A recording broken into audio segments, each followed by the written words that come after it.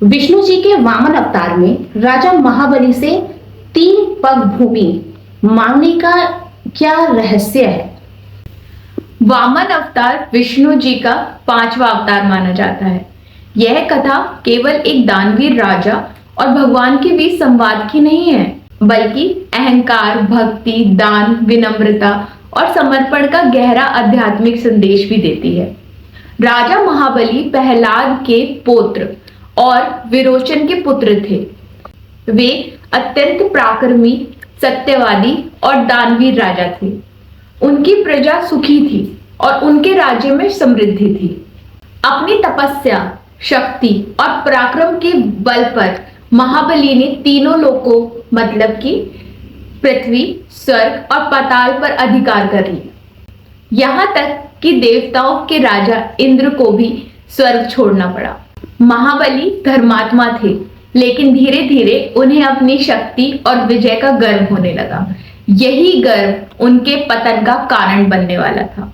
स्वर्ग खोने के बाद देवता विष्णु जी के पास पहुंचे और सहायता की प्रार्थना की। तब विष्णु जी ने निर्णय लिया कि वे महाबली का विनाश नहीं करेंगे, क्योंकि वे दुष्ट नहीं था, बल्कि उनके अहंकार को दूर करके उसे सच्चे ज्ञान का मार्ग दिखाएंगे। इसी उद्देश्य से भगवान ने एक छोटे ब्राह्मण बालक का रूप धारण किया, जिसे वामन कहा गया। एक दिन महाबली विशाल यज्ञ कर रहे थे, तो उन्होंने घोषणा की थी कि जो भी याचक कुछ मांगेगा उसे निराश नहीं लौटाया जाएगा। तभी वामन रूप में भगवान विष्णु वहां पहुंचे।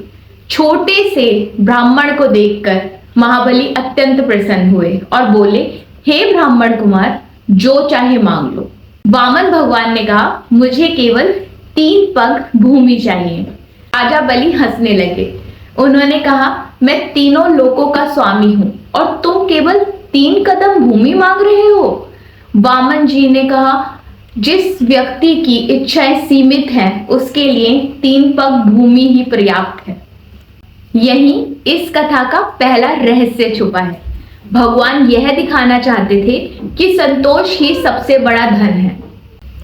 महाबली के गुरु शुक्राचार्य ने तुरंत पहचान लिया कि यह कोई साधारण बालक नहीं, बल्कि स्वयं भगवान विष्णु है।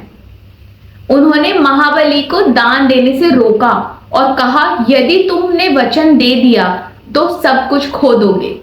महाबली ने बोला, यदि खुद भगवान मेरे द्वार पर याचक बनकर आए हैं तो मैं अपना वचन नहीं तोड़ सकता। यह उनके दान और सत्यनिष्ठा का प्रमाण था। जैसे ही महाबली ने जल लेकर दान का संकल्प किया, वामन रूप बढ़ने लगा। कुछ ही क्षणों में वे विराट रूप धारण करके पूरे ब्रह्मांड में फैल गए। पहले कदम में भगवान ने पूरी पृथ्वी नाप ली। दूसरे कदम में समस्त स्वर्ग और आकाश नाप लिया।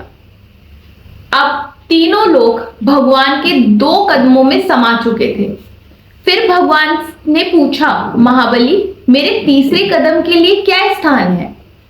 अब महाबली के पास दान के लिए कुछ नहीं बचा था। तब उन्होंने विनम्रता से अपना सिर झुका दिया और कहा, प्रभु, तीसरा कदम मेरे सिर पर रख दीजिए।